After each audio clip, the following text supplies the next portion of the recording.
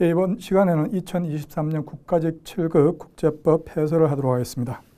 여러분들 배부된 자료에서 그 첫 번째 페이지에 그 총평하고 단원별 문항수, 그 다음에 수험 대책에 관해서 간단히 설명되어 있는데, 이번 시험 같은 경우에는 그 가장 큰 특징 중에 하나가 판례 관련된 지문들이 많이 출제됐다는 거죠. 보통 판례와 관련된 내용들이 한 5% 정도 안팎에서 출제되는데, 이번 시험에서는 한 20% 정도가 출제가 됐습니다. 그리고 한 60% 정도가 조문이고 20% 정도가 이론이죠. 그 조문과 이론에서 약간씩 그 비율을 줄인 다음에 판례 비율을 20%까지 높인 그런 부분이 특징적인 부분이고, 물론 그 기출문제의 범위를 벗어난 문제들도 있었습니다. 뭐 적십자의 표장에 관한 문제라든가 아니면 그 해양에서의 그 유해 폐기물 이동에 관한 이런 문제들 같은 경우에는 그 기존에 출제되지 않던 내용이 출제됐지만, 정답을 맞추는 데 있어서는 정답 지문은 쉽게 선택할 수 있는 문제였기 때문에 큰 어려움은 없었을 거라고 생각합니다. 특히나 그 작년에 그 2022년 국가직 7급 문제가 상당히 어렵게 출제되었었기 때문에 그때보다는 훨씬 쉬웠으리라 봅니다. 그리고 그 단원별 출제 비율은 전반적으로 고르게 출제가 되었는데, 국가 부분에서 조금 더 많이 출제가 되고 상대적으로 국제경제법에서 한두 문제 정도 적게 출제되었다고 보시면 될 것 같습니다. 이렇게 수험 대책 같은 경우에는 그 기존에 그 기출문제 범위를 벗어나는 문제들이 출제될 수도 있습니다. 근데 그 출제되는 경우에도 그것을 여러분들이 준비하기 위해서 뭐 교수님들 책을 전부 다 뒤져서 뭐 단권화를 한다든가 그런 건 사실 불가능합니다. 그 기출문제의 범위를 벗어난 문제는 어쩔 수 없이 그 기출문제 범위에 포함된 내용들을 공부하면서 익힌 국제법의 기본적인 뭐 이론이라든가 그런 것들을 숙지한 다음에 그 상식적인 수준에서 풀어도 풀 수 있는 문제들이 출제되니까 그런 분들은 크게 걱정하지 마시고, 여전히 가장 중요한 부분은 기출문제에 포함된 내용들이고 그런 부분들을 다 숙지한 다음에 그것을 기반으로 해서 공부의 내용을 확정해야 되는 거지. 그 여러분들 원래 판례가 20% 출제되고 그 적십자 표장 같은 기존에 출제되지 않던 문제들까지 출제되었다고 해서 그런 부분들에 너무 신경을 쓰면 충분히 공부하면 맞출 수 있는 기출문제의 범위에 포함된 내용들까지도 틀릴 수가 있습니다. 그러니까 그 부분 주의하시고, 1번부터 보겠습니다. 1번에 보시면 국제법의 연론에 대한 설명으로 옳은 것만을 모두 고르면, 기억해 보시면 조약과 국제관습법은 법적 효력에서 동등하고 각각 독자성을 가지며 별도의 형성 절차가 있다. 맞는 내용이죠. 조약이나 국제관습법은 국제법의 법원으로 둘 다 인정이 되고 각각 개별적인 독자성이 인정이 되죠. 그리고 그 조약과 국제관습법 상호 간의 그 효력 순위는 어떻게 되는가? 원칙적으로 동등한 효력이 있고 여기에 대해서는 특별법 우선의 원칙, 신법 우선의 원칙이 적용이 되죠. 이렇게 해서 기억은 맞는 내용이고요. 다음 니은에 보시면 국제관습법은 법으로 수락된 일반 관행이 법세계성을 가져야 하므로 범세계성을 가져야 하므로 일부 지역의 국가들 사이에서는 형성될 수 없다. 아니죠. 국제관습법이라는 것은 관행이 형성되고 그러한 관행이 법적 확신을 획득하였을 때 관습법이 되는 것인데, 그 관행이 형성되는 과정에서 전 세계 모든 국가 사이에서 관행이 형성될 필요는 없죠. 일부 국가 사이에서 관행이 형성되고 그것이 그 국가들 사이에서 법적 확신을 획득하였을 때도 그 국가들 사이에서는 국제관습법이 성립될 수가 있습니다. 이렇게 해서 지역관습법이라든가 양자관습법 이런 것들이 인정이 되죠. 이렇게 해서 니은은 틀렸습니다. 인도령 통영권 사건이라든가 노르웨이 어업 사건 이런 사건들에서 지역관습법을 인정을 했습니다. 다음 디귿에 보시면 국제연합 총회 결의는 비회원국에게도 구속력 있는 국제법의 연원이다. 아닙니다. 유엔의 그 국제연합이란 그 국제기구 내에서 어떤 결의안들을 채택할 때 대표적인 경우가 총회하고 안전보장이사인데, 안전보장이사 같은 경우에는 법적 구성이 있는 경우도 있고 법적 구성이 없는 경우도 있습니다. 그래 구분해서 알아두셔야 되는데, 유엔 총회 같은 경우에 원칙적으로 법적 구성력이 없습니다. 내부 문제에 관해서 일부 그 법적 구성이 있는 경우는 있을 수 있지만 원칙적으로 법적 구성력이 없습니다. 그렇게 해서 유엔 총회 결의는 회원국, 비회원국에는 당연히 법적 효력이 없을 것이고 회원국에게도 원칙적으로 공고적 효력만 있습니다. 이렇게 해서 디귿은 틀렸고요. 다음에 리을에 보시면 신의성실, 권리남용 금지, 금반원은 국제재판 과정에서 인정된 법의 일반 원칙이다. 맞는 내용이죠. 이 법의 일반 원칙이 조약이나 관습법이 없는 경우에 적용되는 보충적 법원인데, 이 법의 일반 원칙이 적용된 그 판례들을 해설에다 몇 가지 실어놨으니까 그 참고해서 보시고, 근데 그것과 관련해서 구체적으로 개별적으로 물어보는 문제들은 잘 출제되지 않으니까 전반적으로 어떠한 것들이 법의 일반 원칙인가 하는 그 내용 정도만 봐두시기 바랍니다. 그다음에 2번에 보시면 국제법과 국내법의 관계에 대한 설명을 옳지 않은 것은 1번 국가는 국제법에 따른 의무의 불이행을 국제관계에서 자국의 국내법을 원용하여 정당화할 수 없다. 이것은 국제법과 국내법의 관계에 있어서 국제법 우위론의 입장에서 일반적으로 맞는 내용이죠. 그렇게 해서 1번은 맞는 내용이고 이것과 관련된 구체적인 판례도 있었죠. 단체주의 폴란드 국민의 대우에 관한 권고적인 사건에서 이것과 같은 내용의 판시를 한 바도 있습니다. 다음에 2번에 보시면 대한민국 헌법은 국제기구의 구속력 있는 결의에 국내법적 효력을 명시하고 있지 않다. 맞는 내용이죠. 국제기구의 결의에 국내법적 효력에 대해서 명시한 규정은 우리나라 헌법에는 없습니다. 다음에 3번에 보시면 대한민국 국회는 국가나 국민에게 중대한 재정적 부담을 지우는 조약의 체결 비준에 관한 동의권을 가진다. 맞는 얘기죠. 국회가 그 조약 체결에 있어서 비준 동의권을 어떤 조약에 대해서 비준 동의권을 갖는가 구체적으로 헌법 60조 1항에서 규정을 하고 있죠. 그 60조 1항의 내용에서 국회는 상호 원조 또는 안전보장에 관한 죄악, 그다음에 중요한 국제조직에 관한 죄악, 우호통상항해죄악, 주권의 제약에 관한 죄악, 강화죄악, 국가나 국민에게 중대한 재정적 부담을 지우는 죄악 또는 입법사항에 관한 죄악의 체결 비준에 대한 동의권을 가진다라고 규정하고 있습니다. 그렇게 해서 과거에 90년대 외시 문제에서는 외시 1차에서 객관식 국제법이 있던 시절에는 이 조문 하나만 가지고도 다음 중 국회 비준 동의가 필요 없는 죄악은 이런 식으로 출제된 적도 있습니다. 그다음 4번에 보시면 네덜란드는 자국이 당사국인 조약에 대해 의회 제정 법률과 동등한 효력을 부여한다.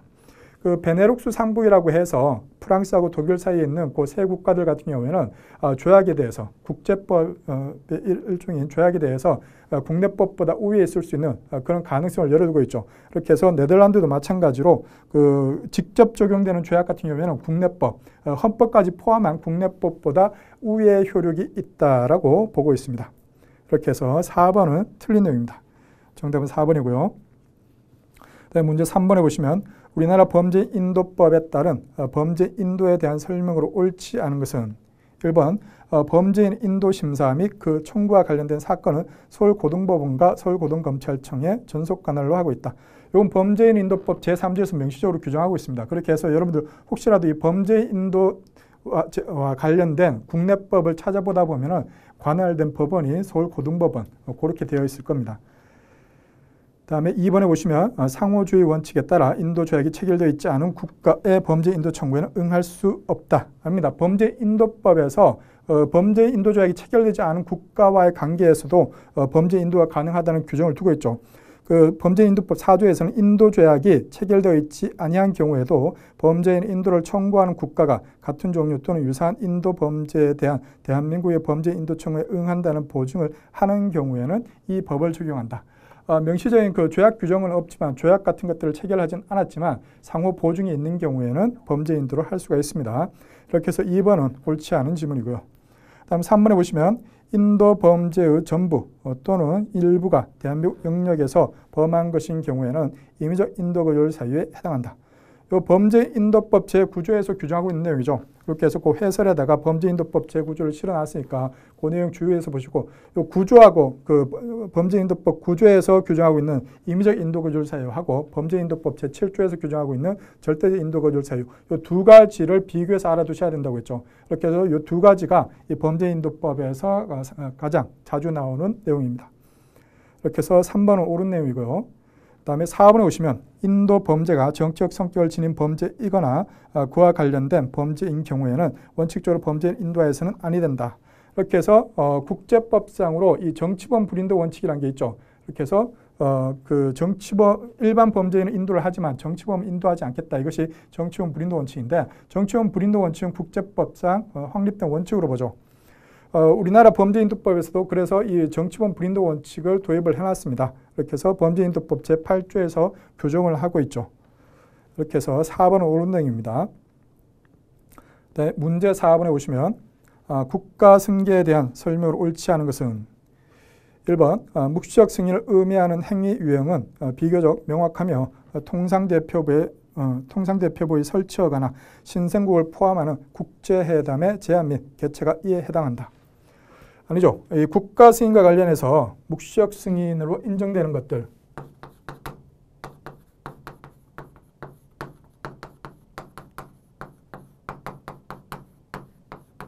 묵시적 국가 승인으로 인정되는 것들 제가 그 기본 강의 때나 뭐 그 심화 강의 때나 그 두 문자로 따서 암기를 하시라고 해드렸던 내용이 있죠.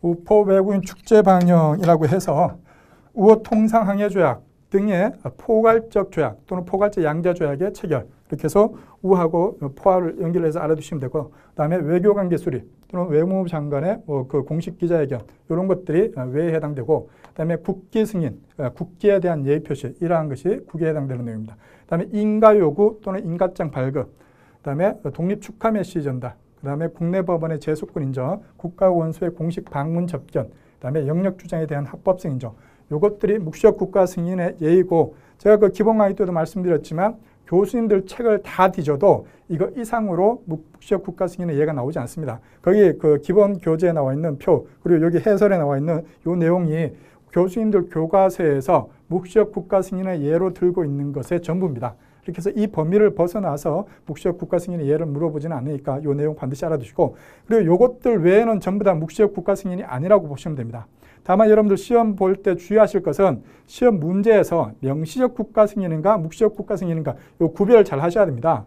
요 묵시적 국가 승인, 우표 외국인 축제 방영, 요것이 묵시적 국가 승인이고 이거 외에는 전부 다 묵시적 국가 승인이 아니라고 말씀드렸는데, 시험 문제에서 그 명시적 국가 승인에 해당되는 것들 있죠. 뭐 국가원수가 나와서 공식적으로 선언문을 발표한다든가 이런 것들은 명시적 국가 승인입니다. 그 명시적 국가 승인은 당연히 국가 승인에 해당이 되죠. 그렇기 때문에 시험 문제에서 다음 국가 승인에 해당되지 않는 것은 해서 물어봤는데 우포 외국인 축제 방역만 외우고 있다가 이거 외에는 전부 다 아니야 이렇게 하면 안 됩니다. 이거 외에 명시적 국가 승인도 있을 수가 있는 겁니다. 그 해설에서 같이 실어놓은 묵시적 승인에 해당되지 않는 것들, 그것도 교수님들 책에서 묵시적 국가 승인이 아닌 것의 예로서 들고 있는 그것들을 모두 모아놓은 거니까 그 중에서 이제 몇 가지가 이제 그 자유 출제되는데, 그 자유 출제되는 것 중에 하나가 4번의 1번 지문에 나와 있는 통상대표부 설치하고 국제회의의 개최, 국제회의 참가 뭐 이런 것들이 묵시적 국가 승인에 해당되지 않는 것의 대표적인 예입니다. 이렇게 해서 4번의 1번 지문은 틀렸죠. 그다음에 2번에 보시면 개별 국가에 의한 승인의 효과는 승인국과 피승인국 사이에서만 발생한다. 상대적 효과라고 있죠. 이렇게 해서 승인국과 피승인국 사이에서만 효과가 발생하는 상대적 효과입니다. 그다음에 3번에 보시면 타국에 대한 외교관계 단절 선언은 이미 행하여진 법률상 승인의 철회를 의미하지 않는다. 맞습니다. 외교관계가 단절되었다고 해서 그것이 곧바로 국가 승인의 철회로 의미하지는 않습니다. 그다음 4번에 보시면 신생국에 대한 국기 승인은 일방적 행위이고 기존 국가들은 신생국에 대한 국가 승인의 국제법상 승인의 의무를 지지 아니한다. 맞는 얘기죠. 이 국가 승인 행위는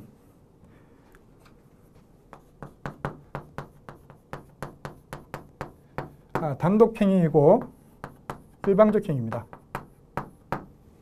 그다음에 개별적 행위고 상대적 행위죠. 그다음에 주관적으로 판단해서 할 수도 있고 하지 않을 수도 있는 재량 행위죠.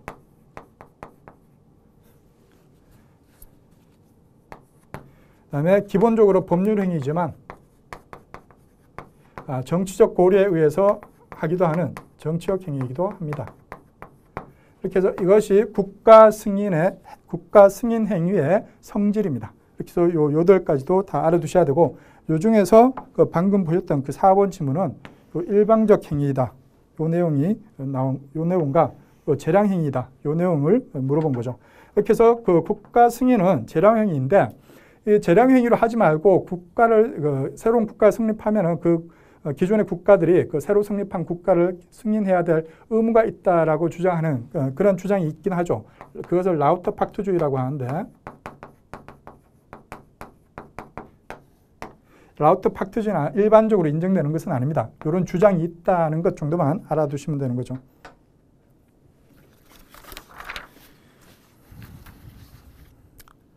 그 다음에 문제 5번에 보시면 주권 면제에 대한 설명으로 옳은 것은 1번 미국 연방대법원의 스코너 익스체인지호 사건 판결은 절대적 주권 면제를 지지하는 판례이다. 맞습니다. 이 스쿠너 익스체인지호 사건은 이 국가 면제 이론을 공식적으로 선언한 최초의 판례인데 초창기에 그 국가 면제 이론은 절대적 면제 이론이었죠. 그렇게 해서 그 스쿠너 익스체인지호에서는 절대적 주권 면제를 인정합니다. 이렇게 해서 1번은 맞는 내용이고요. 그다음에 2번에 보시면 제한적 주권 면제로는 국가의 행동을 주권적 행위와 상업적 행위로 구분하고 후자에 대해서만 주권 면제를 인정한다. 이 국가 면제와 관련해서 절대적 면제론과 제한적 면제론인데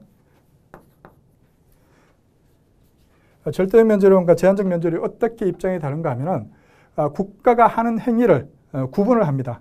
두 가지로 구분을 해서 권력적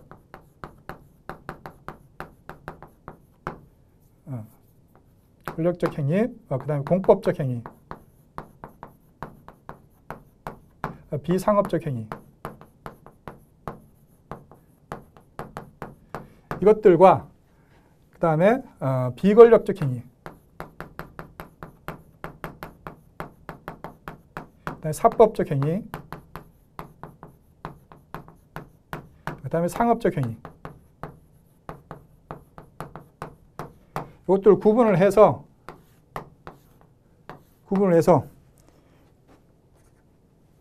요 권력적 행위, 공법적 행위, 비상업적 행위 요것들에 대해서만 그 국가 면제가 인정된다라고 보는 것이 제한적 면제론이죠. 제한적 면제론은 요것들에 대해서만 국가 면제를 인정합니다. 그럼 절대적 면제론은 뭔가 하면은 이거 구분하지 않습니다. 절대적 면제론은 구분하지 않고 이것들 두 가지 모두 인정하는 것, 이것이 절대적 면제론이죠.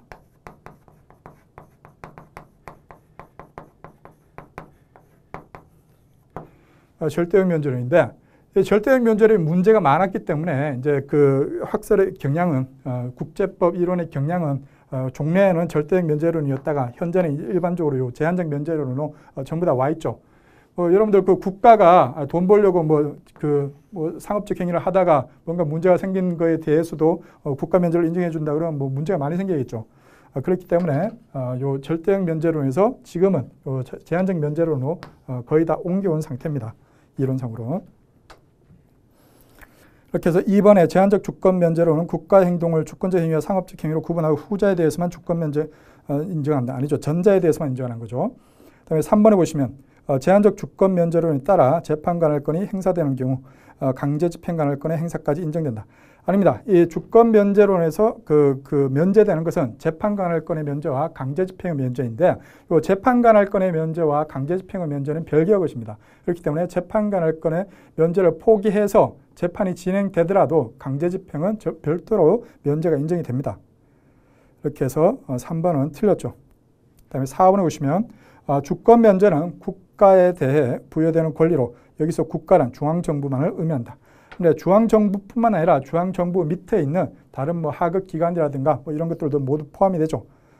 그렇게 해서 그 국가 면제 협약에서는 그 국가의 이 국가 면제 협약의 목적상 국가에는 국가 및 각종 정부기관, 그다음에 연방국가의 구성단위 또는 그 국가의 주권적 권위의 행사를 위임받아 그 자격을 행동하는 국가의 정치적 하부 조직, 그다음에 국가의 주권적 권위의 행사를 위임받아 실제로 이를 수행하는 국가의 기관 또는 조직 기타 주체, 그리고 직무상으로 행동하는 국가의 대표자를 모두 포함하는 것으로 규정을 하고 있습니다.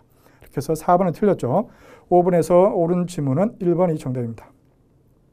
그다음에 6번에 보시면 국제사법재판소가 밝힌 국제기구에 대한 설명을 옳지 않은 것은 1번 국제나 행정재판소 판정의 효력에 관한 권고적 의견에서는 정치적 기관인 총회가 사법기관의 행정재판소를 설립할 권한이 있는지가 헌정에 명시되어 있지 않지만 이른바 묵시적 권한에 따라 설립할 수 있다고 하였다.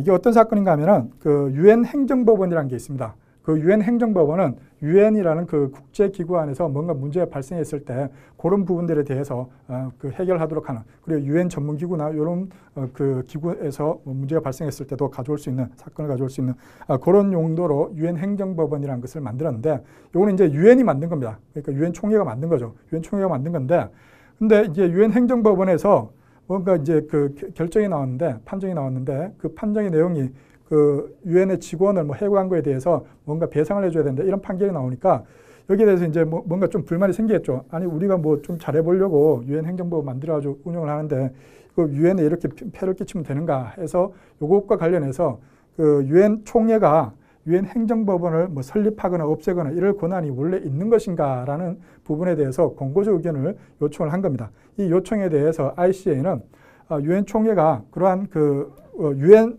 헌장에서 유엔 총회에게 그러한 권한을 명시적으로 부여하고 있지는 않지만 묵시적 권한으로서 인정이 된다. 묵시적 권능으로서 인정이 된다라고 판단하였던 사건이 이 국제연합 행정재판소 판례 효력에 관한 권고적인 사건입니다. 그래서 1번은 맞는 내용이죠. 다음에 2번에 보시면 국제연합 근무 중 입은 손해의 배상에 관한 권고적 의견에서는 국제연합이 국제적 법인격을 갖는지에 관한 규정이 헌장에 없으나 국제연합이 헌장의 목적 달성을 위해 국제적 법인격을 묵시적으로 가질 수 있다고 하였다. 유엔 헌장에는 그 유엔이라는 국제기구가 회원국들의 국내에서 법인격을 가진다는 그 부분에 대해서는 명시적 규정이 있습니다. 근데 국제적 법인격에 대해서는 명시적 규정이 없고 그 부분에 대해서는 이론이나 학설이나 판례에 의해서 해결이 되는데 그 대표적인 판례가 이 유엔 근무 중 입은 손해배상에 관한 권고적인 사건이죠. 이렇게 해서 이 사건은 베르나도테 백작이라는 유엔 조정관이 이스라엘 지역에서 활동하다 이스라엘 구국 청년에 의해서 살해되었을 때 거기에 대해서 유엔이라는 국제기구가 국제법 주체로서 인정이 되어서 이스라엘에 대해서 배상을 청구할 수 있는가 그것이 문제되었던 사건이 이번 유엔 근무 중 입은 손해배상에 관한 권고적 의견 사건이죠. 그렇게 해서 여기서 유엔이라는 국제기구의 국제적 법인격이 인정되고 직무보호권을 행사할 수 있다라고 판단을 했습니다. 그다음에 3번에 보시면 국제연합 근무 중 입은 손해배상에 관한 권고적 의견에서는 실질적으로 헌장이 정하는 목적이 추상적이고 일반적인 만큼 범세계적 국제기구인 국제연합이 주권국가와 같거나 유사한 정도의 포괄적 법인격을 갖는다고 하였다. 여러분들 그 국제법 주체로서 목차가 잡혀 있는 게 국가, 국제기구, 개인이 있죠. 개인이 있는데 국제법에 있어서 가장 기본적인 주체는 국가입니다.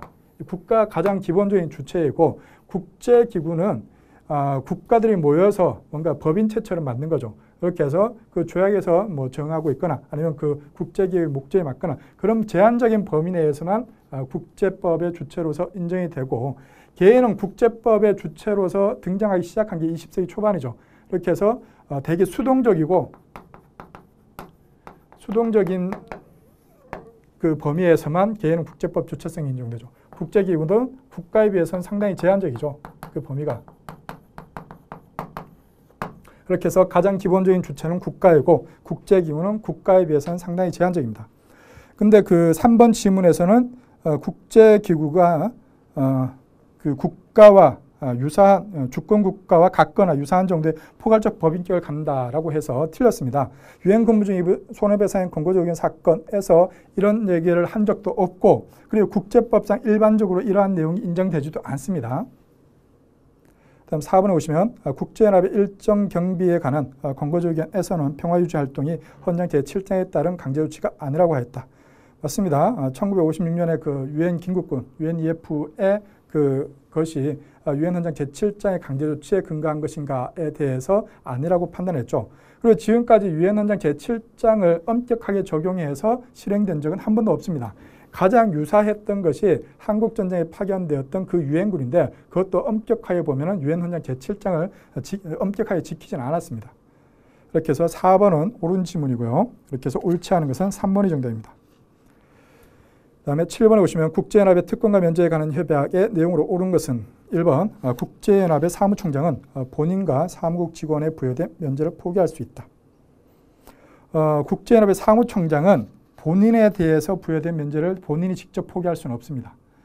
그 직원에 부여된 면제에 대해서 포기할 수 있는 그 규정은 있지만 본인에 대해서는 할 수가 없고 그 본인에 대해서 하기 위해서는 안전보장이사회가 해야 됩니다. 안전보장이사회가 결정을 하게 됩니다. 이렇게 해서 1번은 틀렸고요. 2번에 보시면 국제연합의 재산과 자산에 대한 사법 절차로부터의 면제 포기는 강제집행 절차로부터의 면제 포기를 포함한다. 아닙니다. 이 사법 절차, 재판관할 건으로부터 면제를 포기해가지고 사법 절차가 진행이 되더라도 강제집행의 면제는 별도로 포기하지 않는 이상 인정되지 않죠. 이렇게 해서 그 강제집행 절차, 사법 절차가 진행되었다는 사실이 강제집행 절차의 면제 포기를 의미하지는 않습니다. 이렇게 해서 2번 틀렸고요. 3번에 보시면 국제연합의 사무총장과 사무차장보, 본인, 이들의 배우자 및 미성년 자녀에 대해서는 국제법에 따라 외교사절에 부여되는 특권과 면제를 부여한다. 요거는 별도의 규정이 있습니다. 그렇게 해서 요거는 맞는 내용이고 유엔 헌장이 아니라 유엔 특권과 면제에 관한 협약 제19조에서 별도로 규정을 하고 있는 내용으로서 맞는 내용입니다. 다음 4번에 보시면 국제연합의 자산과 소득에 대해서는 조세가 부과되고 공적 사용을 위한 수출입 물품에 대해서는 관세가 부과되지 않는다. 아닙니다. 자산과 소득에 대해서 모든 직접세는 면제가 됩니다. 다만 뭐 용역에 대한 대가 뭐 그런 의미로서 부과되는 그런 세금 같은 경우에는 인정이 되지만 모든 직접세는 직접으로 면제가 됩니다. 이렇게 해서 4번 틀렸고 옳은 것은 3번이 정답입니다. 뭐 유엔 특권과 면제에 관한 협약이 그렇게 자주 나오는 내용은 아닌데 최근에 들어서 뭐 몇 년마다 한 번씩 나오니까 이 내용도 또 필요한 조문들은 기본서에다 정리를 해놨죠. 그 내용들 참고해서 보시면 되는 내용입니다.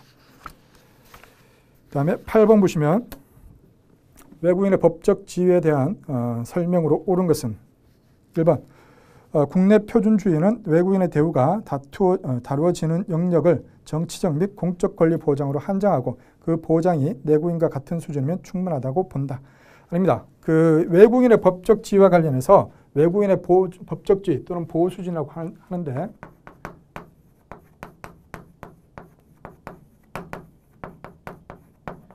외국인 보호 수준과 관련해서 견해가 두 가지가 있죠. 국내 표준주의와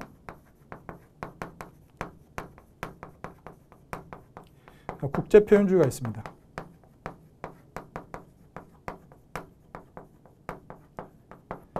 국내 표준주의라는 것은 개별 국가들의 국내법상 정해놓은 그 정도 수준으로 보호해주면 된다. 그것이 국내 표준주의고 국제 표준주의라는 것은 국제적으로 정해진 일정한 수준의 그 표준을 정해놓고 그 표준을 전 세계 모든 국가들이 준수하도록 해야 된다. 그것이 국제 표준주의죠.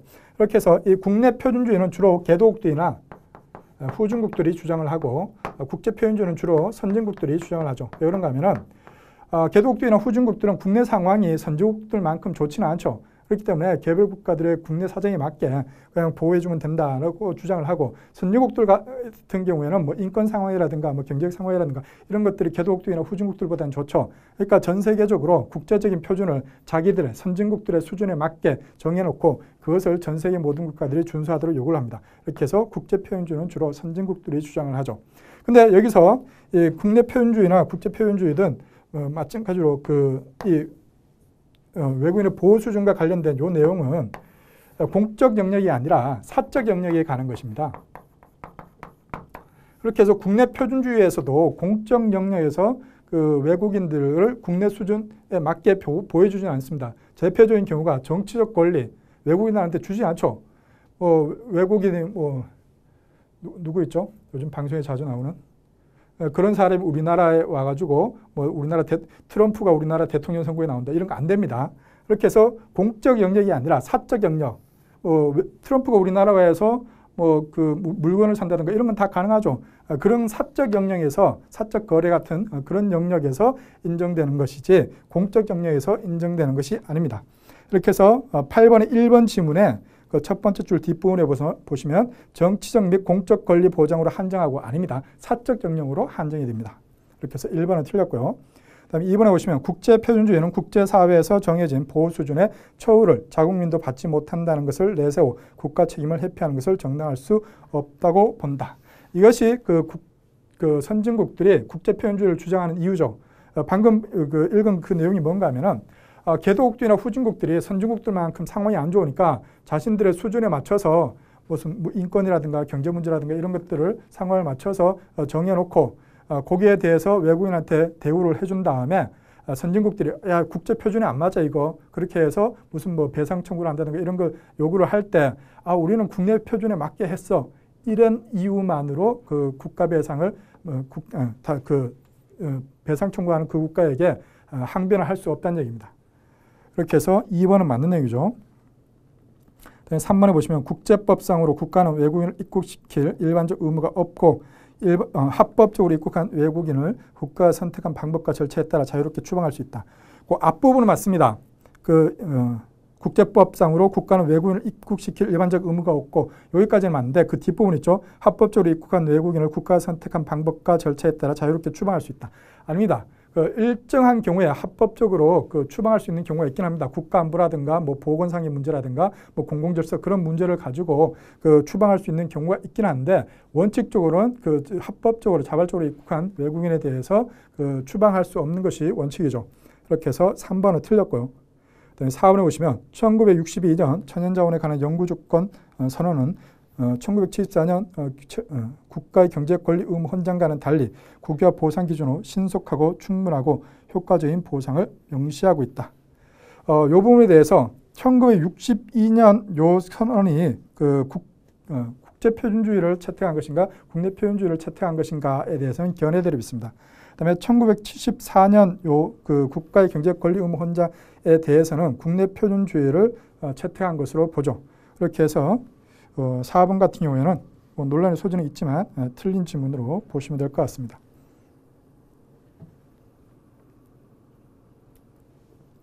다음에 9번에 보시면 비호와 난민의 보호에 대한 설명으로 옳지 않은 것은 1번 비호를 구하는 난민은 비호를 구하려는 국가의 국내법에 따른 입국 허가를 받아야 하며 난민에게 국제법에 따라 입국할 수 있는 권리 자체가 보장되는 것은 아니다.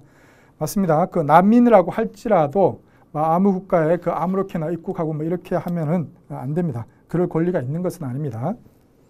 그다음 2번에 보시면 콜롬비아, 페루 비호 사건에서 국제사법재판소는 영토적 비호와 외교적 비호 모두 국제관습법으로 확립된 원칙임을 확인하고 외교적 비호가 중남미 지역에서 국제법적으로 인정된다고 밝혔다. 아닙니다. 요 콜롬비아, 페루 비호 사건 같은 경우에는 외교적 비호, 외교 공간에서의 비호권과 관련된 외교적 비호와 관련된 사건인데 페루의 야당 지도자였던 아야데라 토레가 콜롬비아 대사관으로 피신을 했죠. 이때 콜롬비아는 남미 지역에서 외교적 비호가 지역관습법으로 인정이 된다라고 주장을 했지만 ICA는 관행의 일관성이 없었기 때문에 인정되지 않는다고 판단했죠. 이렇게 해서 2번은 틀렸죠. 다음 3번에 보시면 난민의 지위에 관한 협약에 따라 국제연합 난민고등판무관은 난민의 국제적 보호와 난민협약 체제의 이행 감시 권한을 가지며 이에 근거해 제약국들의 난민 지위 결정 과정에 여러 형태로 관여한다. 예, 맞는 내용입니다. 이 난민고등판무관의 그 임무라든가 뭐 역할 이런 것들과 그 다음에 난민고등판무관의 역할 수행에 대해서 그 개별 제약국들이 협력해야 된다는 그 내용을 명시적으로 규정을 하고 있죠. 난민협약에서. 그렇게 해서 3번은 맞는 내용이고요. 다음 4번에 보시면 난민의 지위에 관한 협약 체약국은 난민에게 동산 및 부동산의 소유권과 기타 관련 권리의 취득 및 부동산의 임대차 등에서 가능한 한 유리한 대우를 부여하며 외국인에게 부여되는 일반적인 대우보다 불리하게 해서는 아니 된다. 이거 내국민 대우 원칙에 적용되는 그런 사항 중에 하나죠. 그렇게 해서 맞는 내용입니다. 다음에 10번 보시면 국제형사재판소에 관한 로마 규정에 대한 설명을 옳지 않은 것은 1번 국제형사재판소는 국제적 법인격을 가지며 그 기능의 행사와 목적 달성에 필요한 법적 능력을 가진다. 이 ICC 규정 4조 1항에서 명시적으로 규정하고 있는 내용이죠. 맞는 내용이고요. 다음 2번에 보시면 국제형사재판소 소추관은 국제형사재판소에 관한 로마 규정상의 범죄구속 요건에 대한 개정을 제한할 수 있다. 이건 ICC 규정 9조 2항 다호에서 명시적으로 규정하고 있는 내용입니다. 맞고요. 3번에 보시면 국제형사재판소 소추관이 독자적으로 개시한 수사를 진행하기 위해서는 전심재판부로부터 허가받아야 한다. 전심재판부로부터 허가받아야 된다는 내용도 ICC 규정 15조 사항에서 명시적으로 규정을 하고 있습니다. 그럼 4번에 보시면 국제형사재판소는 국제안전보장이사회가 기소의 연기를 요청한 경우 6개월이 지나야 기소할 수 있다. 아닙니다. 12개월의 기간 동안 어떠한 수사나 기소도 할 수 없다고 해서 12개월이죠. 그렇게 해서 4번이 틀렸죠. 1번, 2번, 3번 지문 몰랐더라도 4번 지문은 출제된 적이 있기 때문에 4번 지문만 알아도 맞출 수가 있는 문제였죠. 다음에 11번에 보시면 외교관계에 관한 비엔나 협약상 외교 특권 및 면제에 대한 설명으로 옳지 않은 것은 1번 외교 면제의 포기는 언제나 명시적이어야 한다. 맞습니다. 그 외교관계에 관한 비엔나 협약 제32조 2항에서 명시적으로 규정을 하고 있는 내용입니다. 다음 2번에 보시면 외교 공간의 수송수단은 수색, 징발, 차압 또는 강제 집행으로부터 면제된다. 이것도 마찬가지로 외교관계에 관한 비엔나 협약 22조 3항에서 명시적으로 규정을 하고 있죠. 3번에 보시면 외교관은 접수국의 형사재판관할권으로부터의 면제를 향유하며 외교 직무와 관련이 없는 범죄에 대해서도 형사재판관할권이 면제된다. 맞는 내용이죠. 외교관 같은 경우에는 형사재판관할권은 절대적 면제고 민사나 행정재판관할권은 원칙적으로 면제지만 예외적인 경우가 한 3가지 정도가 있었죠. 부동산에 관한 문제라든가 상소에 관한 문제, 그다음에 영리활동에 관한 문제, 이런 것들과 관련된 소송에서는 민사나 행정재판관할권은 면제되지 않고, 그다음에 형사재판관할권은 절대적 면제죠. 이렇게 해서 3번은 맞는 내용입니다. 그다음에 4번에 오시면 외교사절은 신임장을 접수 국가원수에게 제정한 때로부터 직무가 개시되며 외교특권 및 면제를 향유한다. 직무 개시 시점 맞는데 외교특권 면제 시점은 아니죠. 그렇게 해서 그 뒷부분이 틀렸습니다. 그 다음에 12번에 보시면 국가채인과 관련된 국제재판소의 판결에 대한 설명으로 옳지 않은 것은 1번 호르조 공장 사건에서는 조약 위반 등 국제법 위반 행위가 배상 의무를 야기한다고 판결하였다. 맞는 얘기죠. 조약 위반 등 국제법 위반 행위가 배상 의무를 야기한다. 이렇게 해서 국제법을 위반했을 때 배상 의무가 있는 것은 국제법 일반적인 원칙이라고 봤던 그 사건이 호르조 공장 사건입니다. 맞는 내용이고요. 2번에 보시면 코르프협 사건에서는 국제법 위반 행위가 자기 부자기 모두를 통해 가능하다고 판결하였다.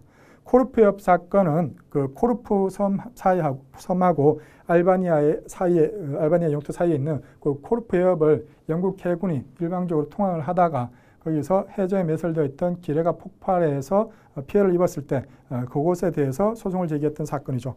그렇게 해서 알바니아가 가만히 있으면 그 관할권이 성립하지 않는데 응소를 했기 때문에 응소 관할권, 확대 관할권이 인정된 판례이기도 하고, 그다음에 그 알바니아가 해저에 기뢰가 매설되어 있다는 것을 알았다고 봐서 그러한 위험 요소가 있으면 그때 당시에 국제법상으로 그 통화하는 선박에 대해서 그것을 알려줘야 될 의무가 있는데 그 자신의 의무를 이행하지 않은 그 부자기에 대해서 국가 책임이 인정될 수 있다라고 판단했던 사건이 이 코르프협 사건이죠. 다음 3번에 보시면 라그랑 사건에서는 주정부 행위가 연방정부 행위로 기속되지 않는다고 판결하였다. 라그랑 사건, 라그랑 사건이라 하기도 하고 라그란트 사건이라고 하기도 하고 독일어식 발음으로 하면 라그란트인데 라그랑으로 써서 출제되는 경우들도 종종 있더라고요. 요 라그랑 사건, 라그란트 사건 같은 경우에는 그 독일인 형제, 라그란트 형제가 미국에서 은행 강도를 저지르면서 그 살인까지 저지릅니다. 그렇게 해서 기소가 되어가지고 그 사형 판결이 나오게 되고 그것을 집행하게 될 위험에 처했는데, 원래 그 1963년 영사관계에 관한 비엔나 협약에서는 그런 식으로 이제 그 사법 절차가 진행이 되면은 그 당사자한테 자국 영사에게 통보를 할 걸, 그런 것들을 할지를 말지를 물어보고 그렇게 해서 통보를 원하면 통보를 해줘야 되는데 이 절차를 미국이 안 한 겁니다. 애리조나 주정부에서. 그렇게 해서 그 나중에 그 사형 판결이 확정된 다음에 독일이 뒤늦게 알고 거기에 대해서 요 사형 집행을 정지를 해달라 그러면서 그 애시당초 통보해주지 않은 요 문제를 가지고 ICA에 제소를 한 거죠. 제소를 하면서 잠정조치 명령으로서 사형 집행을 정지시켜달라라고 요청을 했고, ICA는 여기에 대해서 사형 집행 정지 명령을 하고 그리고 잠정조치 명령을 하고 이것은 법적 구속력이 있다라고까지 판단했습니다. 그럼에도 불구하고 애리조나 주정부에서는 요 사형을 곧바로 집행해 버렸죠. 그렇게 해서 애리조나 주정부가 사형 집행한 것에 대해서도 미국이라는 연방 국가인 미국의 중앙정부의 책임이 인정된다라고 판단했던 사건이죠. 그렇게 해서 3번은 기속되지 않는다라고 해서 틀렸습니다. 옳지 않은 지문은 3번이 정답이고요. 다음 4번에 보시면 1974년 핵실험 사건에서는 국가의 일방적 행위를 통해서도 국제 의무가 창설될 수 있다고 판결하였다. 맞는 얘기죠. 1974년에 그 프랑스가 남태평양에 있는 프랑스 보호령 그 섬들 지역에서 그 핵실험을 하려고 하니까 그 주변국들의 반대가 엄청 심하죠. 그 반대가 너무 심하다 보니까 프랑스가 일방적으로 선언을 합니다. 우리 이번만 하고 안 할게.